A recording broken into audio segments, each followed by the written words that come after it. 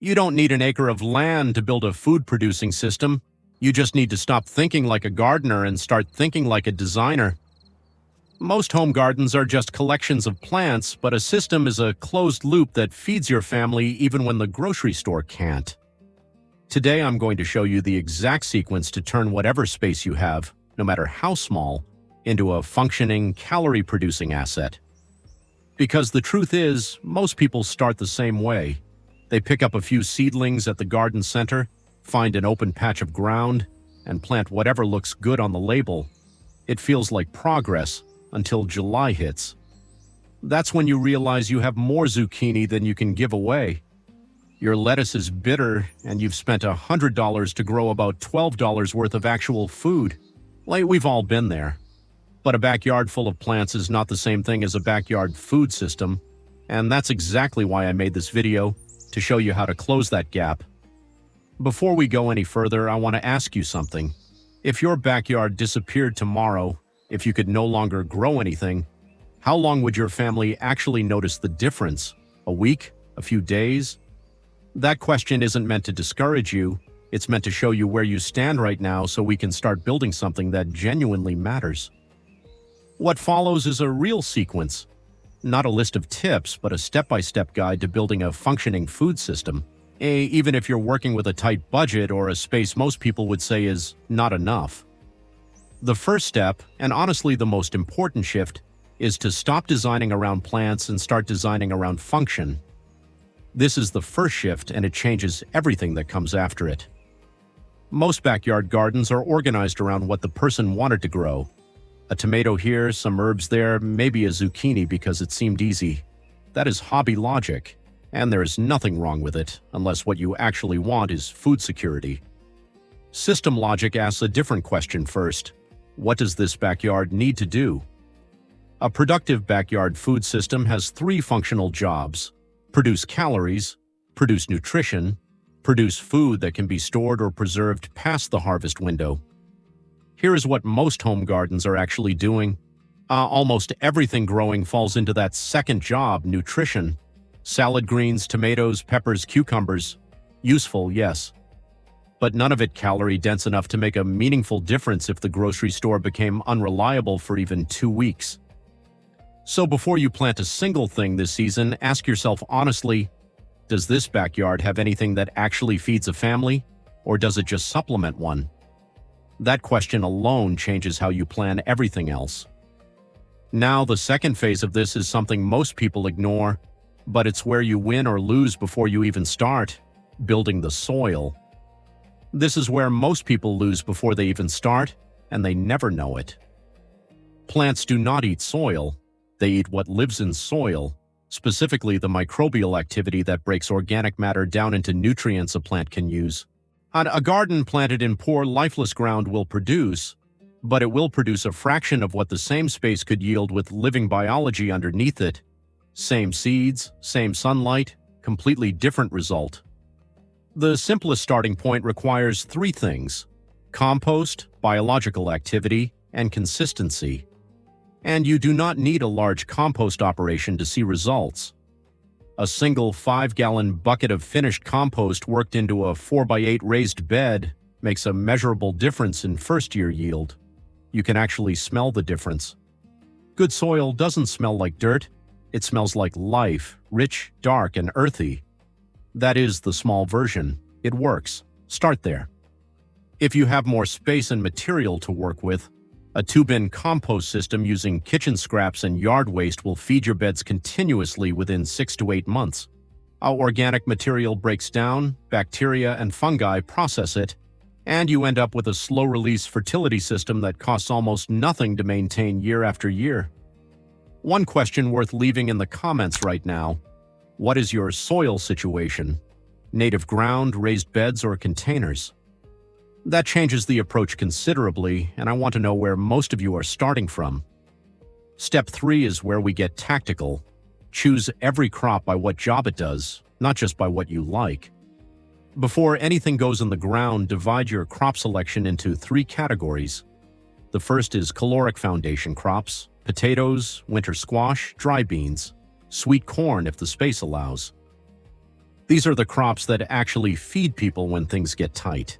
A single 10-foot row of dry beans produces roughly 2 to 3 pounds of dried beans at harvest. Not a large number on its own, but it is something real, and it compounds every season you plant it. The second category is nutritional coverage: leafy greens, root vegetables, garlic, onions. These are what keep a family healthy over time. They are also among the most productive crops per square foot for a small backyard grower. A 4-foot wide raised bed planted in a cut-and-come-again pattern with Swiss chard, kale, and spinach can provide fresh greens for a family of 4 through a significant portion of the growing season. The third category is where most backyard growers go completely dark: storage and preservation crops. Garlic stores for months on a shelf. Dried beans store for years in a jar. A winter squash sits in a cool basement and feeds a family through January without electricity, processing, or any equipment at all. Most people plan their garden for July. A food system gets planned for February. That single shift, planning for February and March, is what separates a productive garden from something that actually works year-round. Once you have the crops, you need to organize your space by zone, not by row. Divide your available space into 3 zones based on how often you need to access them. Zone 1 sits closest to the house: daily harvest crops, herbs, salad greens, cherry tomatoes, anything you want to step outside and pick on a Tuesday evening. Zone 2 is mid-distance: larger plants, trellised crops, your caloric foundation beds.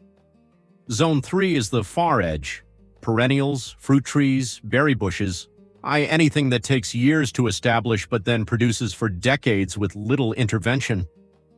The most productive backyards are not the largest ones, they are the ones with the highest density of intentional planting. A 12 by 12 space, organized by zone, planted in succession, and managed for continuous harvest will outproduce a much larger garden that was planted all at once and then left to run. Vertical space is still the most underused resource in the average backyard. A simple cattle panel arch, roughly $30 in materials and 30 minutes to install, turns a 4-foot ground footprint into a full production wall for pole beans, cucumbers, or winter squash. That is not a large homestead solution. That is a suburban backyard solution most people walk past every season. But what happens when your garden peaks in August and then just stops? That's where the next phase comes in: planting for succession. Most backyard gardens peak in August and then collapse. A food system does not work on that rhythm. Succession planting means staggering your planting dates so that as one crop finishes, another is already on its way in. No additional space required. Pull your spring spinach in June when it bolts from the heat. That same day, put in a heat-tolerant bush bean. The beans finish in August. Before they are fully out, fall carrots and kale go in. 1 4-foot bed, 3 distinct harvests, 1 growing season. How many of you have had a bed sitting empty in midsummer because you were not sure what to plant next? Drop a yes or a no in the comments. I'll be honest. I used to be a yes. I'd harvest my peas in June and then just stare at the empty dirt for a month while the weeds took over. That empty space is a leak in your food security. The final piece of the puzzle is to add 1 preservation method before you think you need it. You do not need a root cellar. You do not need a chest freezer stacked with vacuum-sealed bags. You need 1 working preservation method that you actually use consistently through the harvest season. For most people, that means water bath canning for high-acid foods, a simple dehydrator for herbs and vegetables, or a cool dark corner for root crops and cured garlic. The specific method matters less than the habit behind it. A family that dehydrates 1 tray of tomatoes every week through August ends up with several pounds of preserved food by September with almost no effort per session. That is not a homestead operation. That is a backyard food habit most families could start this week. When these 6 steps are working together, the soil is alive and being fed continuously, crops are chosen for function, the layout uses vertical space intentionally, planting runs in succession, and at least 1 preservation method is running through the productive months. That does not require acreage or a perfect setup. It requires intention, applied in the right order before you actually need it. For people who want a more complete and organized plan to follow, layout decisions, crop selection by priority, succession schedules all in one place, there is a guide called the Backyard Miracle Farm System that walks through exactly this kind of setup step by step. If you want to see how it works, the link is in the pinned comment. If this gave you something useful today, hit like and subscribe, and leave a comment below. Which of these 6 steps feels like the biggest gap in your backyard right now? That tells me exactly what to cover next. The backyard systems that actually worked all started the same place, not with the best seeds or the most space, with better soil and a clear sense of what the space needed to do. Get the soil right this week. Everything else follows.